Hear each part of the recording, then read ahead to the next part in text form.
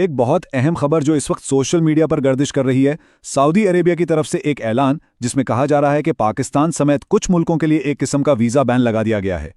اس خبر نے یقیناً بہت سے لوگوں کو پریشان کر دیا ہے، لیکن اس معاملے کی آفیشل حقیقت کیا ہے، آئیے اس کو سمجھتے ہیں۔ تو سب سے بڑا سوال یہی اٹھتا ہے، کیا سعودی عربیہ نے واقعی پاکستان اور دوسرے ممالک کے لیے ویزا جاری کرنا بند کر دیے ہیں؟ کیا یہ ایک مستقل پابندی ہے؟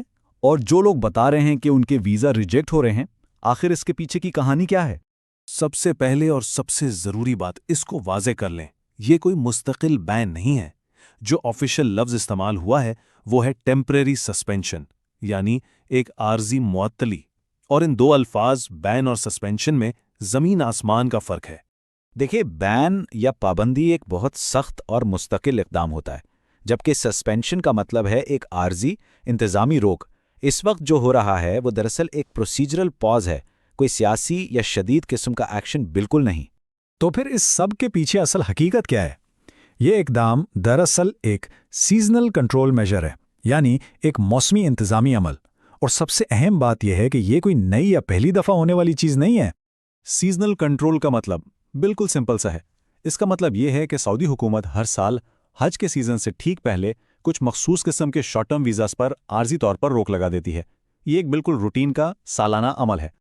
تو سوال یہ ہے کہ اس سسپینشن کی بنیادی وجہ کیا ہے؟ آخر ہر سال ایسا کرنے کی ضرورت کیوں پیش آتی ہے؟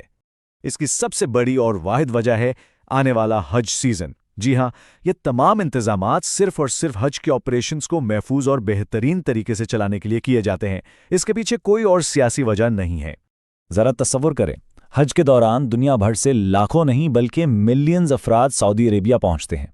اتنی بڑی تعداد میں لوگوں کی سیکیورٹی، لاجسٹکس اور تمام انتظامات کو یقینی بنانا ایک بہت بڑا چیلنج ہوتا ہے، اور اسی کے لیے سخت کنٹرول کی ضرورت پڑتی ہے۔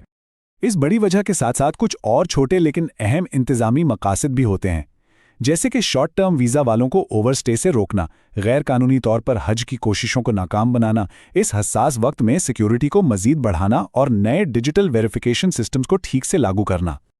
اچھا، اب آتے ہیں اس سوال پر جو شاید سب کے ذہن میں ہے کہ آخر اس ٹیمپرری سسپینشن سے کون سے ویزا ہولڈرز متاثر ہو رہے ہیں۔ آئیے اس کی تفصیل دیکھتے ہیں۔ اب اس ٹیبل پر غور کریں۔ Tourist visa, family visit visa اور آن ارائیول ویزا، یہ سب عارضی طور پر معطل کیے گئے ہیں، لیکن اور یہ سب سے اہم بات ہے، آفیشل حج ویزا اس سے بالکل بھی متاثر نہیں ہوا ہے۔ اس کا سیدھا سا مطلب یہ ہے کہ جن لوگوں نے آفیشل حج کوٹے کے تحت درخواست دی ہے ان کا ریجیکشن ریٹ تقریباً 0 ہے۔ اگر کاغذات مکمل ہیں تو سمجھ لیں کہ ویزا یقینی ہے، اس لیے حج پر جانے والوں کے لیے پریشانی کی کوئی بات نہیں۔ آخر میں سوال یہ ہے کہ یہ صورتحال کب تک رہے گی اور چیزیں واپس معمول پر کب آئیں گی؟ یہ اقدامات جیسا کہ ٹائم لائن میں واضح ہے، حج سے پہلے شروع ہوتے ہیں، اور جیسے ہی حج کا عرصہ اختتام پذیر ہوگا، ویزا کا سلسلہ فوری طور پر دوبارہ معمول کے مطابق بحال کر دیا جائے گا۔ تو اس پوری گفتگو کا خلاصہ یہ ہے، یہ ایک سالانہ روٹین کا انتظامی عمل ہے۔ اس کا واحد مقصد لاکھوں حجاج کے لیے ایک محفوظ اور منظم حج کو یقینی بنانا ہے۔ یہ پاکستان یا کسی بھی اور ملک کے خلاف کوئی مخصوص اقدام ہرگز نہیں ہے۔